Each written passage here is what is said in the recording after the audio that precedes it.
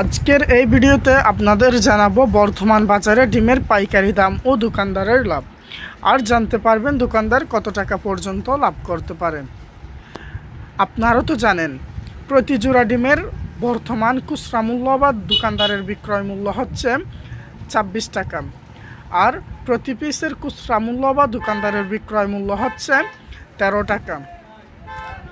তো আজকে আপনাদের জানাবো ডিমের পাইকারি দাম এবং জানতে পারবেন দোকানদার কত টাকা পর্যন্ত লাভ করতে পারবেন।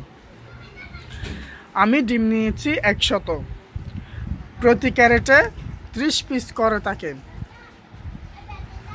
এখানে আমার আগের কিছু ডিম ছিল, তো ১০০ ডিমের দাম রাখছে ১২৩০ টাকা।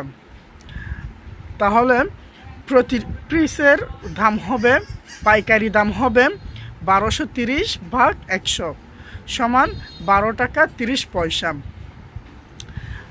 আর প্রতি পিস থেকে দোকানদার লাভ করতে পারবে বিক্রয় মূল্য ১৩ মাইনাস ক্রয় মূল্য ১২ টাকা ৩০ পয়সা সমান ৭০ পয়সা।